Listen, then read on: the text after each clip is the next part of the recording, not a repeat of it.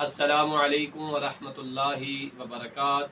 या अली मदद अलैहिस्सलातु वस्सलाम।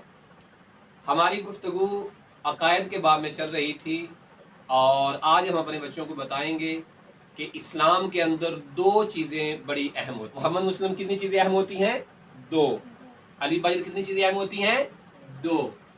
और उन दो चीज़ों के नाम क्या है ये बताना बहुत ज़रूरी है ताकि हमारे बच्चों को आगाही हासिल हो सके अकायद के बाब में। याद रखिए वो जो चीज़ें हैं उनमें पहली चीज़ को उसूल कहते हैं और दूसरी चीज़ को फरू कहते हैं। पहली चीज़ को क्या कहते हैं? उसूल, और दूसरी को फरू कहते हैं, जिन्हें हम अमूमन उसूल दीन और फरू दीन कहते हैं।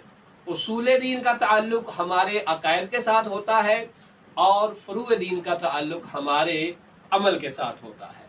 अब जो उसूल दीन होते हैं, याद रहे उनके ऊपर यकीन और इत्काद रखना ज़रूरी होता है, और जो फरू दीन होते हैं उनके ऊपर अमल करना ज़रूरी होता है।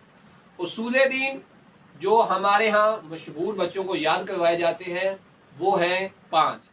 उसूल दीन यानी दीन की जड़ें, एसास, बुनियाद, वो कितनी है? 5। 5 चीज़ों को दीन की जड़ करार दिया गया है, बुनियाद करार दिया गया है, और उन्हें हम आसानी के लिए जब याद रखना चाहते हैं तो हम कहते हैं उसूले दीन। तो उसूले दीन कितने हुए? 5। उसूले दीन कितने हुए? 5। तो उनमें पहला तौहीद, दूसरा अदल, तीसरा नबूवत, चौथा इमामत और पांचवा क़यामत। तो प्यारे बच्चों ये जो 5 चीजें हैं अली वाजद, इन्हें उसूले दीन कहते हैं। ज़ारा जी क्या कहते हैं? उसूले दीन। जी फातिमा ज़ारा क्या कहते हैं?